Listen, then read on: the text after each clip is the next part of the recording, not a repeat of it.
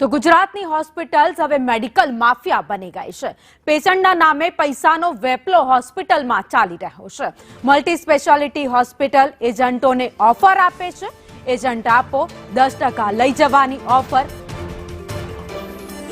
જે એજન્ટો છે તેમને આપવામાં આવી રહી છે। મેડિક્લેમ ઉતારતા એજન્ટોનું લિસ્ટ હોય છે હોસ્પિટલ્સ પાસે।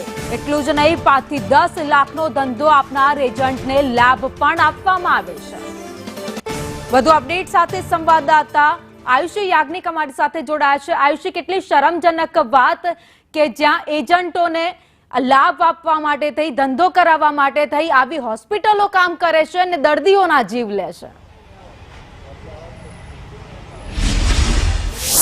બિલકુલ ભાવિની, આ જે હોસ્પિટલો છે મસ્ત મોટી હોસ્પિટલો, મલ્ટી સ્પેશિયાલિટી હોસ્પિટલો અને ખ્યાતનામ હોસ્પિટલો હાલ હવે આ દર્દીઓના જીવ સાથે ખિલવાડ કરવાનો અને એક ધંધો ઊભો કરી દીધો છે।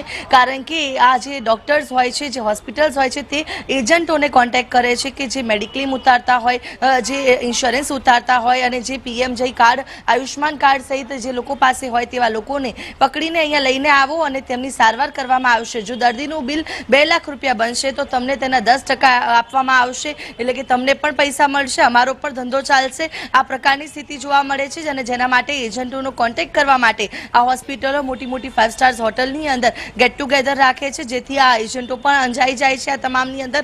અને એટલું જ નહીં, પરંતુ 5 થી 7 લાખ રૂપિયા સુધી જે આખા વર્ષની અંદર જે લોકો આ પ્રકારે લઈને આવે છે, દર્દીઓને લાવે છે અથવા તો તેનાથી જે કમાણી થાય છે તે લોકોને તો જે હોલિડે પેકેજ પણ આપવામાં આવે છે, ફોરેન ટૂર્સ પણ તેમને આપવામાં આવે છે, લોભામણી લાલચો આપવામાં આવે છે। અને બીજો સવાલ એ પણ થઈ રહ્યો છે કે ડોક્ટર્સ અને હોસ્પિટલ સંચાલકો તો પોતાના રોટલા શેકવા માટે આ ધંધા કરે છે, પરંતુ એજન્ટો પણ નિર્દય થઈ ગયા છે। કારણ કે જેની મેડિક્લેમ પોલિસી તેઓ ઉતારે છે તેને જ આ પ્રકારે જે દાખલ કરવા માટે મજબૂર કરે છે અને તેમને ખોટા બિલો બનાવવામાં આવે છે। ઇન્સ્યોરન્સ કંપનીને લોસ થાય છે, સરકારને લોસ થાય છે, કારણ કે જે યોજનાઓ બનાવવામાં આવી છે, આયુષ્માન કાર્ડ હોય, જે પણ સરકાર દ્વારા જે લાભો મળતા હોય છે, તે તમામને ગેરફાયદો ઉપાડવા માટે આ એજન્ટોનો સહારો લે છે। અને એજન્ટો પણ અમુક ટકાની લાલચે આવીને કેટલાક દર્દીઓની સાથે પણ ખિલવાડ કરે છે અને આખું કૌભાંડ છે તે ગુજરાતમાં ચાલતું જોવા મળી રહ્યું છે।